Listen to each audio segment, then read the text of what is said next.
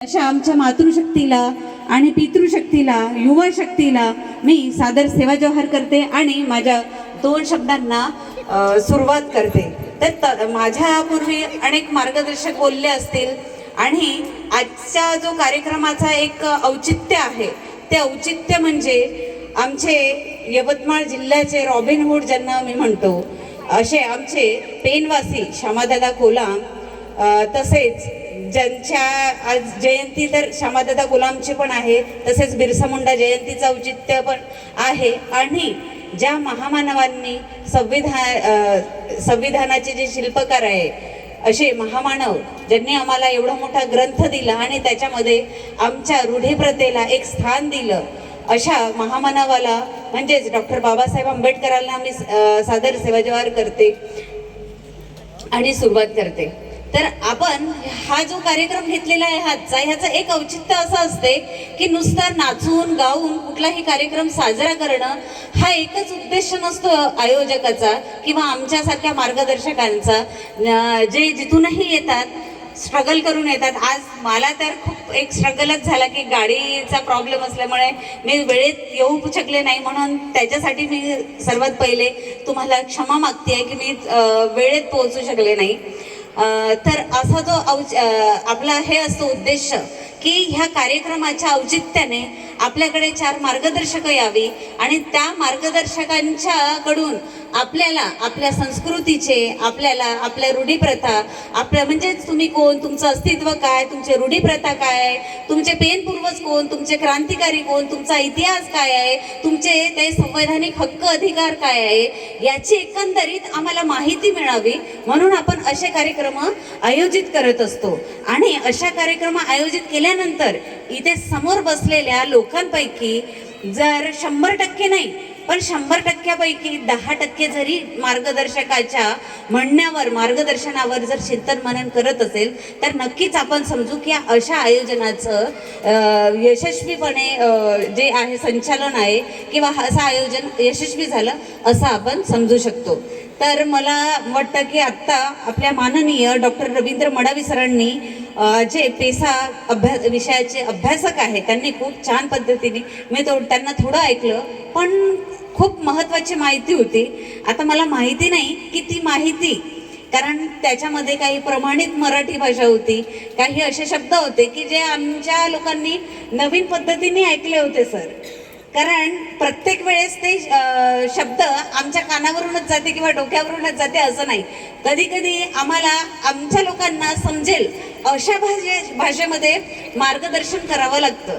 तर आज मी खूप काही विषयांना हे करणार नाही, पण आज मी फक्त शॉर्टकटमध्ये तुम्ही कोण, तुमचं अस्तित्व काय, तुमचे रूढीप्रथा, तुमची संस्कृती काय आणि आजच्या वर्तमान परिस्थितीमध्ये आम्हाला ती संस्कृती जपून ठेवण्याचं किती महत्त्व आहे, कारण त्या संस्कृतीवरूनच आम्हाला आमचे संवैधानिक हक्क अधिकार मिळालेले आहे। म्हणून मी थोडा बेसिक तुम्हाला गोष्टी सांगत आहे। तर आता इथे प्रत्येकाने बिरसा मुंडा वगैरे ची जयंती आपण दरवर्षी करतो, तर मला फक्त एक प्रश्न विचारते, सरांनी बरेच प्रश्न विचारले पण मी एक छोटासा प्रश्न विचारत आहे की बिरसा मुंडा कोण, म्हणजे हात वर, म्हणजे ज्यांना येत असेल त्यांनी हात वर करा, कारण मी ह्याच्यासाठी प्रश्न विचारलेला आहे की बिरसा मुंडा ह्या क्रांतिकारकांबद्दल बरेच आमच्या लोकांमध्ये संभ्रम निर्माण झालेला आहे। आमच्या लोकांना हे पटतच नाही आहे सर की बिरसा मुंडा क्रांतिकारी आहे, बिरसा मुंडा देव आहे, की बिरसा मुंडा एक्झॅक्टली काय आहे हे आम्हाला अजूनही कळत नाही, आम्ही कुठला अर्थ कुठं लावतो। जसं तुम्ही इथे गोंडी बोलणारे आहे, गोंडी बोलता,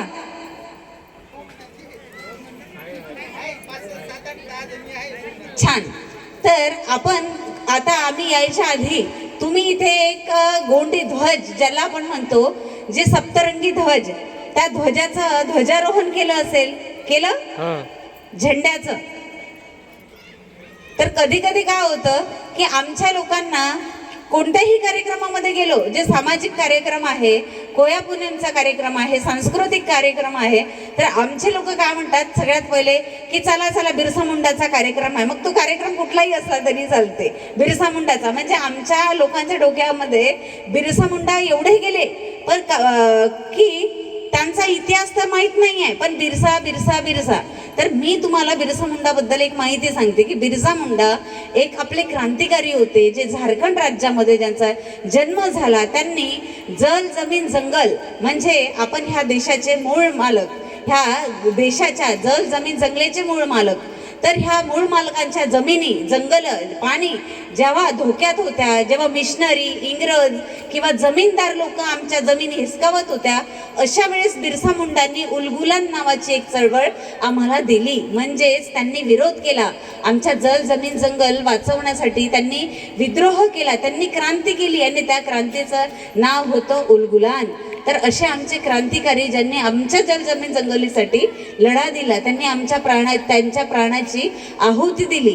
पण अशा बिरसा मुंडांना आमच्या लोकांनी काय केलं की त्यांना क्रांतिकारी म्हणून नाही तर कुठे नाही कुठं त्यांचा इतिहास दाबला जाण्याचा प्रयत्न झाला.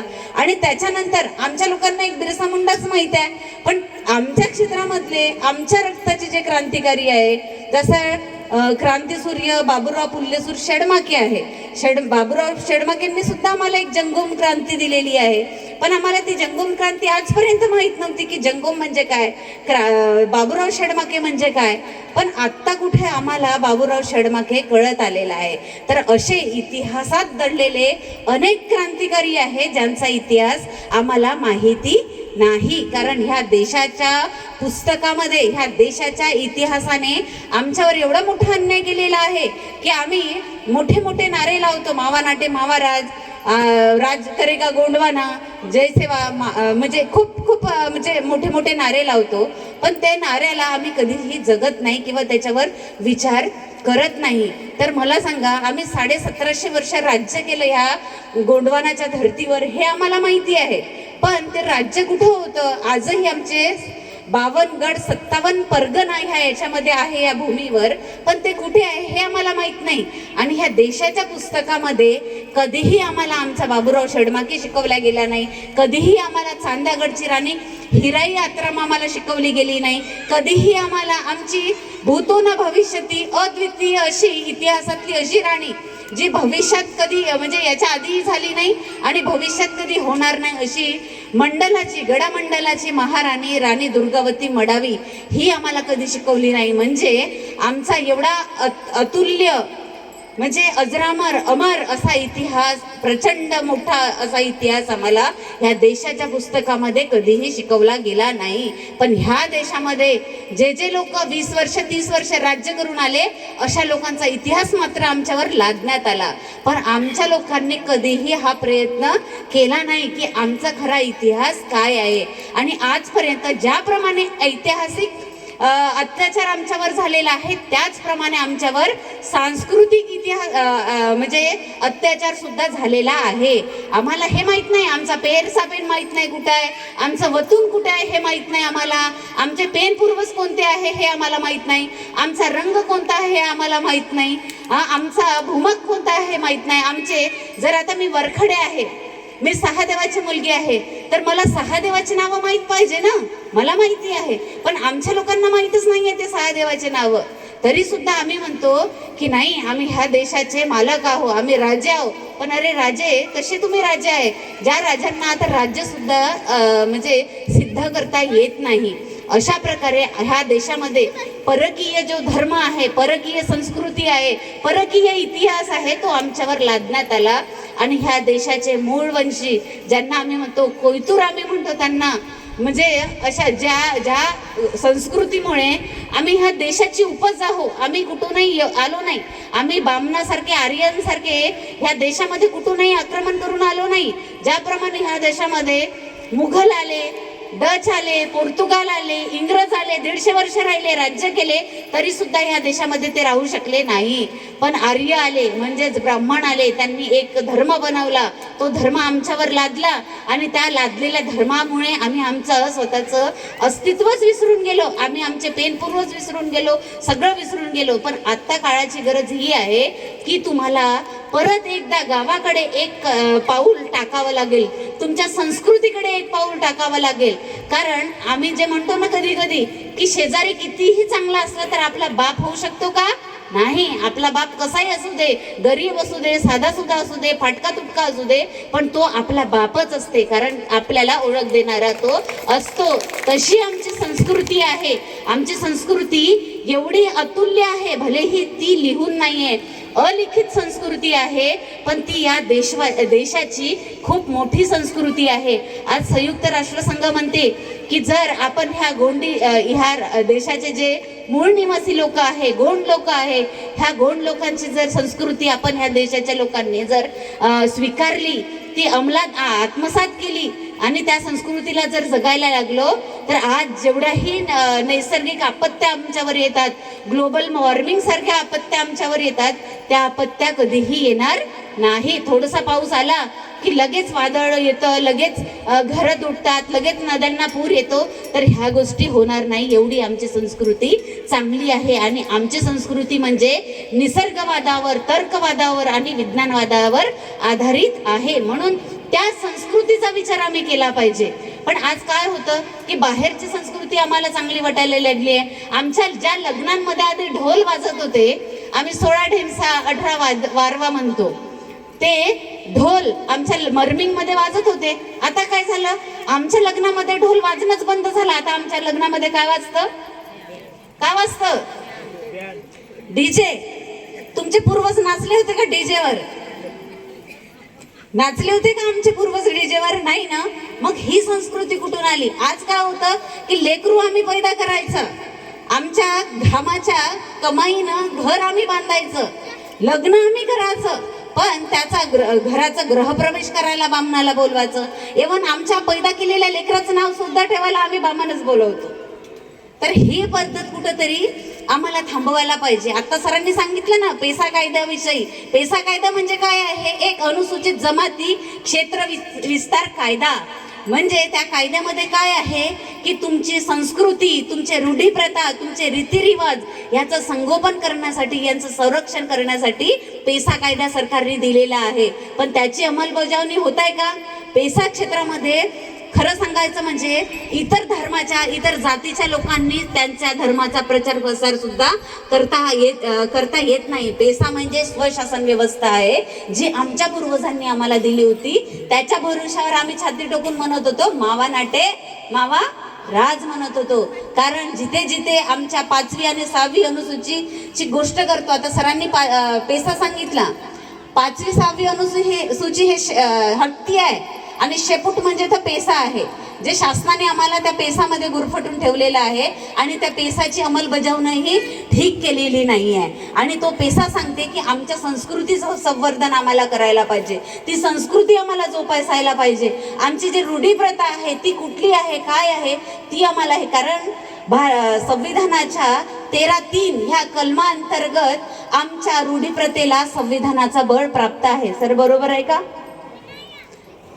तर आम्ही हे कायदे कधीच वाचत नाही. मला हे म्हणायचं आहे की संविधान बिलकुल वाचू नका. खूप मोठं संविधान आहे आणि संविधानाची भाषा काही एवढी छोटी नाही आहे की घेतली पोथी आणि वाचून काढली अशा पोथीसारखं नाही आहे. पण आज काळाची गरज असं आहे, जर आम्हाला जिवंत राहायचं असेल, आमच्या मुलांचं भविष्य जर आम्हाला सेफ करायचं असेल, सुरक्षित करायचं असेल, तर आज आम्हाला जे पूर्ण संविधान वाचायची नक्कीच गरज नाही. पण त्या संविधानामध्ये डॉक्टर बाबासाहेब आंबेडकरांनी आमच्या रूढीप्रथेला जे बळ प्राप्त करून दिलेलं आहे, जे प्रावधान आम्हाला दिलेलं आहे, ते आम्हाला संविधान नक्कीच वाचावं लागेल. आणि ते वाचण्यासाठी आम्हाला अशा आयोजनांची गरज आहे. अशा आयोजनाच्या माध्यमातून अशा मार्गदर्शकांना बोलवून असे विचार घेण्याची गरज आहे. पण आजकाल काय होतं की आमच्या लोकांची लिसनिंग पॉवर जी म्हणतो ना आपण, लिसनिंग पॉवर म्हणजे ऐकण्याची क्षमता, ते फार कमी आहे. ऐकण्याची क्षमता फार कमी आहे. आमच्या लोकांना एका जागेवर बसून ठेवण्यासाठी सांस्कृतिक कार्यक्रमाचं आयोजन करावं लागते. म्हणजे जिथं ढेमसा आहे तिथं अख्खा गाव लोटून येते, पण जिथं मार्गदर्शन असेल तिथं आमच्या गावातले बोटावर मोजण्यासारखे तुम्ही जसं इथं थोडेसेच लोक बसून आहे, बाकीचे लोक जसे टेंटच्या भोवताल फिरत आहे, गावाच्या भोवताल फिरत आहे ना, ही एक वस्तुस्थिती आहे. तर आता मला एवढंच म्हणायचं आहे, मला पण वेळ फार कमी आहे म्हणून मी आल्याबरोबर एकदम सुटल्यासारखे बोलायला लागलेली आहे आणि तुम्हाला सगळं काही थोड्याशा वेळेत देण्याचा माझा प्रयत्न आहे. म्हणून कृपया ते मन लावून ऐकण्याचा प्रयत्न करा. कारण आमच्या समोर ज्या आता मोठ्या मोठ्या समस्या आलेल्या आहे, आता आरक्षणासाठी प्रत्येकाने आपला बाप बदलवायचा असं ठरवलेलंच आहे. प्रत्येक जण आरक्षण, आम्हाला एसटी मध्ये आरक्षण पाहिजे म्हणते, म्हणजे प्रत्येक जण एसटी मध्ये येण्यासाठी आपला बाप बदलवायला तयार आहे, म्हणजेच आपली ओळख बदलवायला तयार आहे. पण आम्हाला त्याची गरज आहे का? नाही. आम्हाला जरी बाप बदलवायची गरज नसले, पण आमच्या बापाला संरक्षण देण्याची गरज आहे, आमच्या बापाला समजून घेण्याची गरज आहे. म्हणजेच आरक्षण आम्हाला सरकार भीक नाही, तर आरक्षण हे आमचं प्रतिनिधित्व आहे. कारण आम्ही ह्या देशाचे मूळ मालक आहो आणि ह्या देशाच्या जल जमीन जंगलीचे आम्ही मूळ मालक आहो. म्हणून आमच्या मुलांपर्यंत जर हे आरक्षण टिकलं पाहिजे असं आम्हाला जर वाटत असेल, तर आम्हाला कायद्याचा अभ्यास करणं गरजेचं आहे. आणि ज्या रूढीप्रथेच्या आधारावर, ज्या संस्कृतीच्या आधारावर आम्हाला हे संवैधानिक आरक्षण मिळालेलं आहे, ते संस्कृती आम्हाला टिकवून ठेवण्याची गरज आहे. म्हणून संस्कृतीचे छोटे छोटे बेस आहे, ते बेस सुद्धा आम्हाला म्हणजे जाणून घेणं गरजेचं आहे. आता काय होतं की आम्ही आपसामध्ये भांडत आहोत. आपली एक समूह व्यवस्था आहे, ती समूह व्यवस्था म्हणजे गोंडवानाची गोंदोला व्यवस्था, ज्याच्यामध्ये गोंड आहे, कोलाम आहे, परदान आहे, बैगा आहे, माडी आहे, अगरिया, हो, असुर, ओझा, अनेक प्रकारच्या जमाती आहे ज्या भारताच्या प्रत्येक राज्यामध्ये आहे. जसं आमच्या महाराष्ट्र शासनाच्या यादीमध्ये किती जमाती आहे? 45 जमाती आहे. पूर्वी 47 जमाती होत्या, पण त्या 47 जमातीपैकी 2 जमाती चं आरक्षण जे आहे शासनाने काढलं. कशासाठी काढलं? की ज्या जमातींकडे संस्कृती नव्हती, ज्या जमातीकडे आदिवासी म्हणून किंवा गोंड म्हणून किंवा प्रधान म्हणून किंवा कोलाम म्हणून अशी विशिष्ट ओळख नव्हती, त्याच्यामुळे त्या जमातींचं आरक्षण शासनाने काढलेलं आहे. म्हणून आम्हाला एक समूह व्यवस्थेचे आम्ही आहो. मग आम्हाला तो गोंड आहे, तो गोलाम आहे, तो परदान आहे, आता ही म्हणण्याची वेळ नाही. कारण ही आमची समूह व्यवस्था आहे. आमच्या पूर्वजांनी एका कर्माच्या आधारावर लावून दिलेलं होतं. म्हणजे बैगा गोंड जरी आमच्या महाराष्ट्रामध्ये नसेल, म्हणजे महाराष्ट्रामध्ये आहे, पण तो कोणत्या भागाला आहे? तुम्ही गडचिरोलीच्या भामरागड जर जिल्ह्यामध्ये जाल, जी भामरागड बॉर्डर छत्तीसगडला लागलेली आहे, तिथे तुम्हाला माडिया गोंड मिळतात, तिथे आम्हाला बैगा गोंड मिळतात. बैगाचा अर्थ होतो वैद्य, आणि वैद्य म्हणजे कोण? की जंगलात जाणं, जडीबुटीचा शोध करणं आणि लोकांवर त्याचा उपचार करणं. म्हणजेच तो एक समूह तयार झाला, बैगा गोंड. जसं आम्ही आता प्रधान म्हणतो, एक सुधारित शब्द, पण आमचा पारंपरिक शब्द काय होता? पटाडी गोंड. पटाडी गोंड म्हणजे पाटा म्हणजे गोटी येते ना, पाटा म्हणजे गाणं, आणि पटाडी म्हणजे गाणं म्हणणारा. मग ते कोणतं गाणं म्हणणारा? आपल्यासारखं पिक्चरचं गाणं वगैरे म्हणणारा नाही, तर त्या गाण्याच्या माध्यमातून आणि आपले जे 16 ढमचा 18 वारवा आपण जे म्हणतो, आणि आमचे जे मोठे संगीत तज्ज्ञ जे होते हिरासुका पाटालीर, त्यांच्या त्या संगीतांच्या, त्यांच्या त्या वाद्याच्या मार्फत म्हणजे ह्यानी ते आमचे पाटालीर काय करायचे की आम्हाला त्या गाण्यांच्या माध्यमातून आमच्या गोंडवानाची संस्कृती, आमच्या पेन पूर्वजांची संस्कृती, त्यांची माहिती, त्यांची कथा, त्यांचा इतिहास ते आम्हाला आमच्या पाठ्याच्या माध्यमातून सांगायचे. आजही आमचा जो अलिखित स्वरूपाचा इतिहास आहे तो फक्त आमच्या पेन पाट्यामध्ये जिवंत आहे. लिहून ठेवलेला आहे का आमचा कोणताही इतिहास कोणत्याही आमच्या इतिहासकारांनी? नाही. तर आमचा ह्या पाट्याच्या, तर असं कालांतराने हा पटाडी समूह तयार झाला. माडिया गोंड म्हणतो, मरा म्हणजे झाड, आणि मरिया म्हणजे किंवा मोरिया म्हणजे किंवा माडिया म्हणजे झाडांचं रक्षण करणारा. आणि आज तुम्ही बघू शकता की आजही माडिया गोंड हे विशेष आपल्यासारखे एक जे आपण म्हणतो ना कथित एक विकासाचा प्रवाह, ह्या प्रवाहामध्ये किंवा या मुख्यधारेमध्ये अजूनही हा आमचा माडिया गोंड आलेला नाही. तर अशी कर्माच्या आधारावर बनलेली आमची गोंदवलाची समूह व्यवस्था होते. म्हणजे कोलाम, आता तुम्हाला एक उदाहरण सांगते समजण्यासाठी. ही समूह व्यवस्थेचं फरक सांगण्यासाठी मी तुम्हाला एक उदाहरण सांगते की कोलाममध्ये पण आश्रम आहे तोही 6 देवाचाच आहे. परधानामध्ये पण आश्रम आहे तोही 6चाच आहे. आणि गोंडमध्ये पण आश्रम आहे तोही 6 देवाचाच आहे. मग गोंडमध्ये 6 आश्रम आहे, कोलाममध्ये आश्रम आहे, पाटाडीमध्ये आश्रम आहे. मग आम्ही उच्च नीच कशी असू शकतो ना? आमचे जे गोत्र व्यवस्था एक आहे, आमची देव व्यवस्था एक आहे, आमचे रीतिरिवाज एक आहे आणि आम्ही मानतो ज्या देवांना ते देवही एक आहे. मग आमचे समूह उच्च किंवा नीच कसे असू शकतात? नाही ना. पण ही जे उच्च नीच भावना आली आमच्या समूहामध्ये, आमच्या गोंडवानाची जे एकी होती ते एकी तोडण्यासाठी काही लोकांनी परकीय धर्मांचा प्रसार केला आणि आमच्यावर तो धर्म लादला. म्हणून आम्ही एकेकाळी चांगले गुण्यागोविंदाने राहत होतो आणि एवढं मोठं राज्य ह्या देशावर 1750 वर्ष केलं आणि ह्या गोंडवानाला तोडण्याचं काम ह्या परकीय संस्कृतीने केलेलं आहे. आता मी जाता एक गोत्र व्यवस्थेविषयी तुम्हाला विचारते आणि मी लगेच, कारण मला आता वर्धेला सुद्धा जायचं आहे. तर 750 हे काय आहे? मी बेसिकवर जास्त भर देत आहे कारण ह्या कार्यक्रमाच्या निमित्तानं तुम्हाला एक तरी गोष्ट नक्कीच पटली पाहिजे किंवा समजली पाहिजे असा माझा उद्देश आहे. तर 750 काय आहे मला सांगा. 750 आपण लिहितो ना रांगोळीमध्ये 750, भिंतीवर 750, गाडीवर 750 लिहितो ना. 750 काय आहे? हात तरी वर केला तरी मला समाधान होईल. 750 काय आहे? नाही माहित? तर 750 ही एक आपली गोत्र व्यवस्था आहे. मी सुरुवातीला ज्याला अभिवादन केलं, 750 अशी गोत्र व्यवस्था आम्हाला प्रदान करणारे लिंगो असं मी म्हटलेलं आहे, पांदी पारिकुपार लिंगो.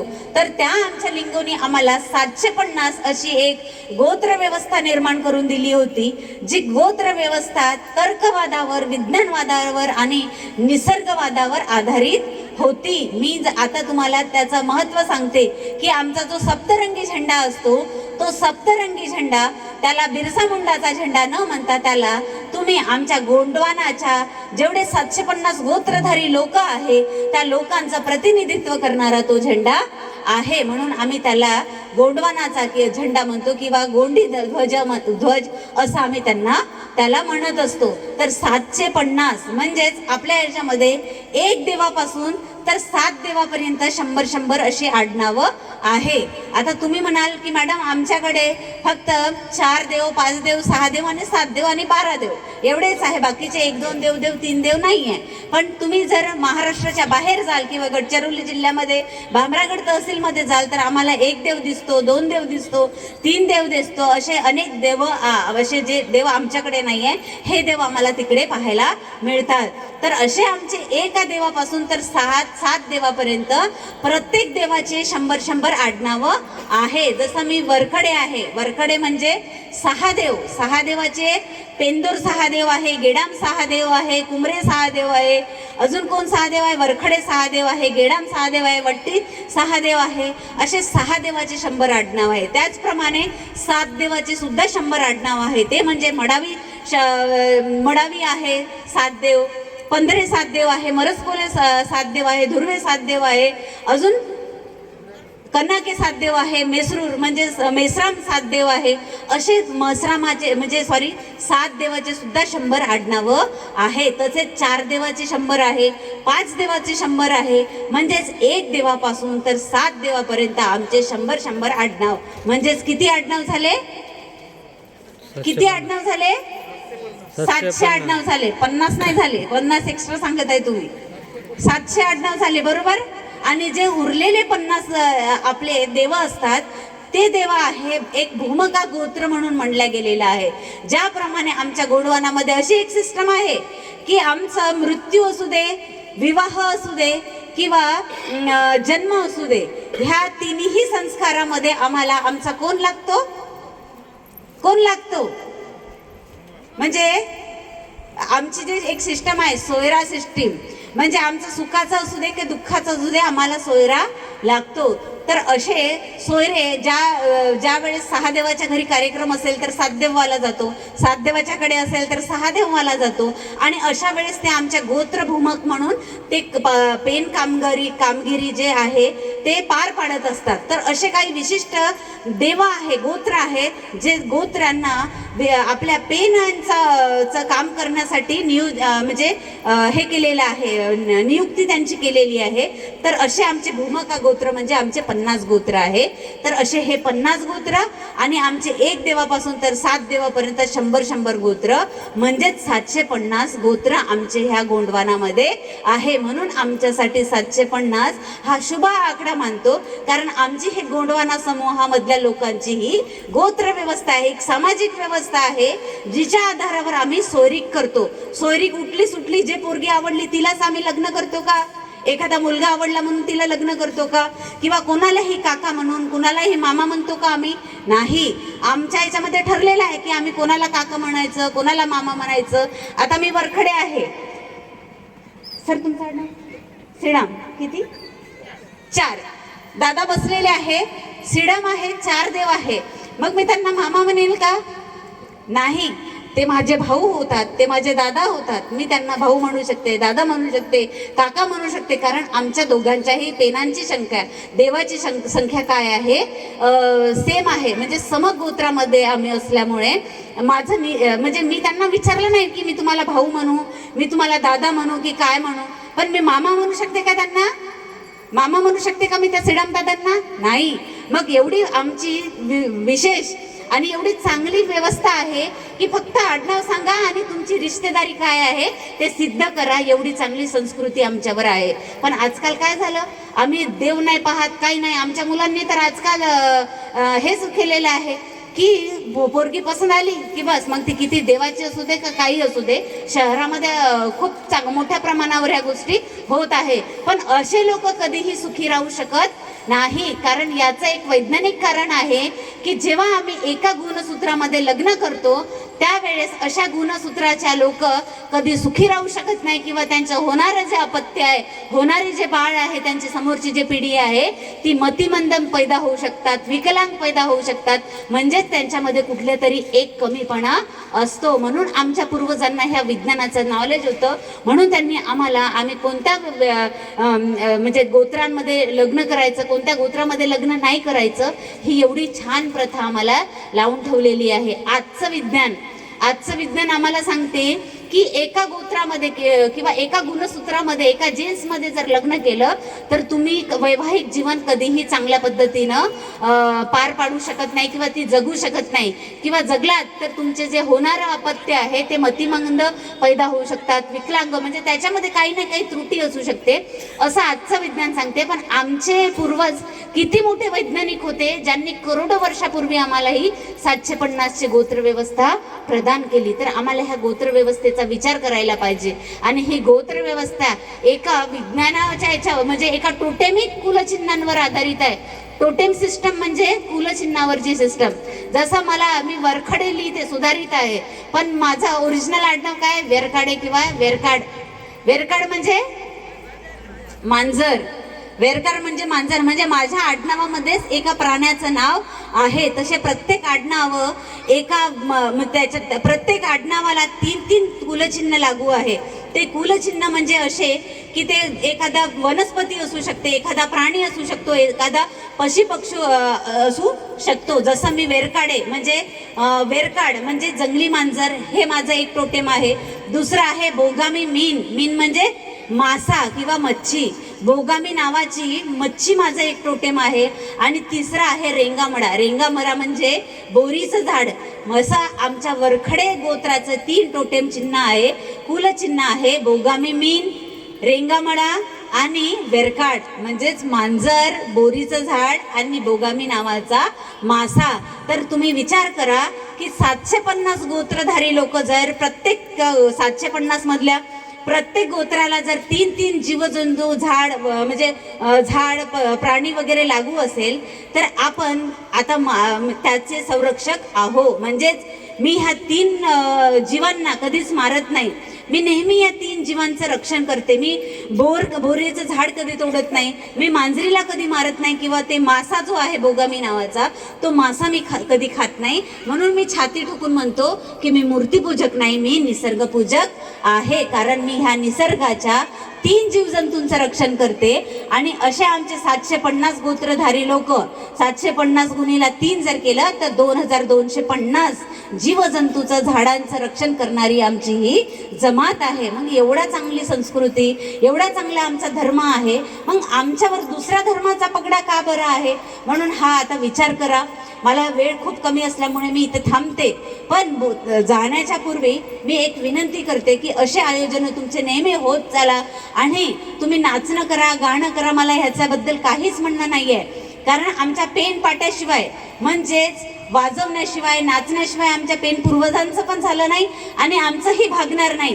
पण ते किती नाचलं पाहिजे, कुठं नाचलं पाहिजे आणि कधी नाचलं पाहिजे याचा विचार तुम्ही करा. नाहीतर बाहेरचे लोक तुम्हाला असेच नाचवत राहील. आता तुम्ही बघितलेलं आहे की दंडार, आता दिवाळी लागलं की दंडार आहे, घुसाडी आहे, ढेमसा आहे, लोक नाचतात. पण लोकांना आमच्या हेच भान नाही की कुठं नाचायचं, कसं नाचायचं. अरे दंडार एक रिस्पेक्ट म्हणजे एक त्याच्यामध्ये सन्मान आहे. तो दंडार म्हणजे तुमचा कोडाल पेन आहे, म्हणजे तुमचा यत्मासूर पेन आहे. पण त्या यत्मासूरला तुम्ही दुसऱ्याच्या घरी जाऊन नाचवता, दुसऱ्या जाती धर्माच्या इकडे जाऊन नाचवता, तिथेसा दंडार करता, नाचता. जर आमच्या संस्कृतीचा मान सन्मान ठेवला नाही तर दुसरे लोक ठेवणार आहे का? नाही. म्हणून किती नाचलं पाहिजे, कुठं नाचलं पाहिजे आणि किती नाचलं पाहिजे याचा सुद्धा तुम्हाला भान असलं पाहिजे. आता याच्यानंतर तुमचा सांस्कृतिक कार्यक्रम आहे मला माहिती आहे.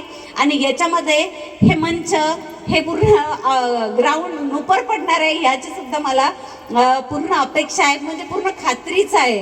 पण मला असं वाटत आहे की आता तुम्ही प्रबोधनाला जास्त महत्त्व द्या. गोना बैठकी घ्या. त्या गोना बैठक म्हणजे आपल्या पारंपरिक याच्यानुसार गोना बैठक, पण कॅडराईज म्हणजेच ज्याच्यामध्ये आम्हाला सगळं काही सांगता येते. मी कोण, माझं अस्तित्व काय आहे, माझे रूढीप्रथा, माझे पेन पूर्वज, माझे शैक्षणिक हक्क काय आहे, माझे राजकीय हक्क काय आहे आणि ते मला कसे मिळवून घ्यायचे आहे. आणि आता जे वारं चाललेलं आहे डिलिस्टिंग सारखं आहे, आरक्षण आहे, प्रत्येक लोक मोर्चे काढून आम्हाला बोलवत आहे. तर आता कोणत्या मोर्चाला जायचं आणि कोणत्या मोर्चाला नाही जायचं हे सुद्धा तुम्ही ठरवत जा. आयोजक बघत जा कोण आहे. कारण सर आत्ता जे नागपूरचं ते हे झालेलं आहे, भलेही आपण ते बघितलेलं आहे की डिलिस्टिंग आता खूप लोकांसाठी नवीन शब्द आहे.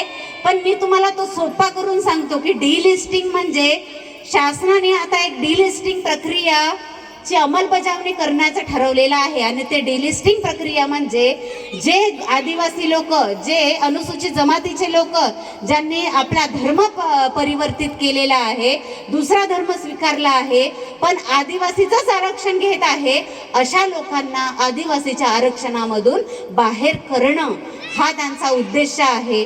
आणि जर असा उद्देश जर आपण हे करत म्हणजे आज खरंच हा उद्देश असेल तर मी सांगतो इथं बसलेला प्रत्येक माणूस, प्रत्येक बाई ही सरकारच्या कागदपत्रानुसार ही हिंदू आहे. कारण आम्हाला शासन काय करतं की इथं सुप्रीम कोर्ट म्हणते Gonds are not Hindu, tribes are not Hindu. हे हिंदू नाही आहे. कारण यांची हिंदूची जी वर्णव्यवस्था आहे, ब्राह्मण, क्षत्रिय, शूद्र, वैश्य, ह्या कुठल्याही वर्णव्यवस्थेमध्ये आदिवासी हा माणूस येत नाही. म्हणजेच यांच्यावर ही धर्म लागू होत नाही, ह्या धर्माचे नियम लागू होत नाही. म्हणून सुप्रीम कोर्ट म्हणजेच न्यायालय का म्हणते की आम्ही हिंदू नाही आहे. पण शासन काय करतं की आम्ही जेव्हा शाळेमध्ये ॲडमिशन करतो, आमच्या पोरांना जेव्हा शाळेमध्ये टाकतो त्यावेळेस आमच्या टीशी मध्ये जात जरी गोंड लिहून घेत असेल तरी धर्म म्हणून सरकार आमचा उल्लेख हिंदू धर्मामध्येच करून घेतो. अशा प्रकारे शासन आमची फसवणूक कितीतरी वर्षापासून करून घेत आहे. आणि आज जो TRTI कडनं जो सर्वे आहे, TRTI म्हणजे आदिवासी संशोधन आणि प्रशिक्षण संस्था पुणे जे आहे त्याची मी सदस्य सुद्धा आहे आणि त्या व्हॅलिडेशन प्रक्रियेची पण मी सदस्य आहे. आणि आपल्या महाराष्ट्रामध्ये एक सर्वे चालू आहे, जो सर्वे तुमच्या जन्मापासून मृत्यूपर्यंत सगळ्या गोष्टी तुम्ही कशा करता, का करता, कोणत्या देवाला मानता, कोणते सण करता, ह्या सगळ्या गोष्टींचा सर्वे करत आहे. त्या सर्वेच्या कारण मी पुणे युनिव्हर्सिटीला ज्या ज्या वेळेस गोंडी जमातीचं परधान जमातीचं कोलाम जमातीचं प्रेझेंटेशन होत असते त्या वेळेस मी ह्या एन्थ्रोपॉलॉजी विभागाला म्हणजेच मानववंशशास्त्र विभागाला मी हजर उपस्थित राहत असते. आणि त्याच्यामध्ये आमच्या स्क्रीन समोर एक सर्वे येतात, जो सर्वे त्या लोकांनी आपल्या लोकांमधून घेऊन गेलेला असतात की गोंडांमध्ये ही प्रथा आहे का, गोंडी लोक हुंडा घेतात का, गोंडी लोक ह्या देवाला मानतात का, हो असेल तर हो लिहायचं, नसेल तर मग त्याच्यामध्ये करेक्शन करायचं. तर अशा प्रकारचा सर्वे सुद्धा आपला होत आहे. अजून सर्वेचे 2-3 टप्पे आहे, तर तुमच्या गावाला सुद्धा त्या सर्वेची टीम येऊ शकते. म्हणून तुमच्या घरामध्ये जर आम्ही येत असेल तर ज्याप्रमाणे आमच्या दलित भावांचं म्हणजेच आम्ही जेव्हा पण आता आम्ही SC ST OBC मिळून आम्हाला ही लढाई लढायची आहे, जी संवैधानिक लढायची आहे असं आम्ही म्हणतो आणि त्या दिशेमध्ये आमचं पाऊल सुद्धा आहे. म्हणून अनेक वेळा आमचे SC भाऊ बंधू आम्ही एकत्र चळवळ चालवतो. आणि तुम्ही पण बघा, तुमच्या गावामध्ये त्यांचं अस्तित्व असेल आणि तुमच्यापेक्षा कमीही असेल ना, तरी त्यांची ओळख सिद्ध होते. त्यांच्या घरात गेल्यावर त्यांची ओळख सिद्ध होते. 100 घरामध्ये जर एक जरी SCचं घर असेल तरी त्यांनी त्यांचे अस्तित्व कायम ठेवलेलं आहे, त्यांची ओळख कायम ठेवलेली असेल. पण आमचं 100% जरी गोंड लोक असेल, परधान असेल, कोलाम असेल, तरी आमच्या घरामध्ये 36% कितीतरी टक्के देवदेवता आहे. ते जे दुसऱ्यांचा धर्म, दुसऱ्याची जात सिद्ध करते असे आमच्या लोकांच्या घरी त्या गोष्टी दिसते. तर कृपया हेच एक महत्त्वाचं आहे. कोणी बिनधास्त बोलत नसेल, पण आम्हाला बिनधास्त बोलायची सवय आहे.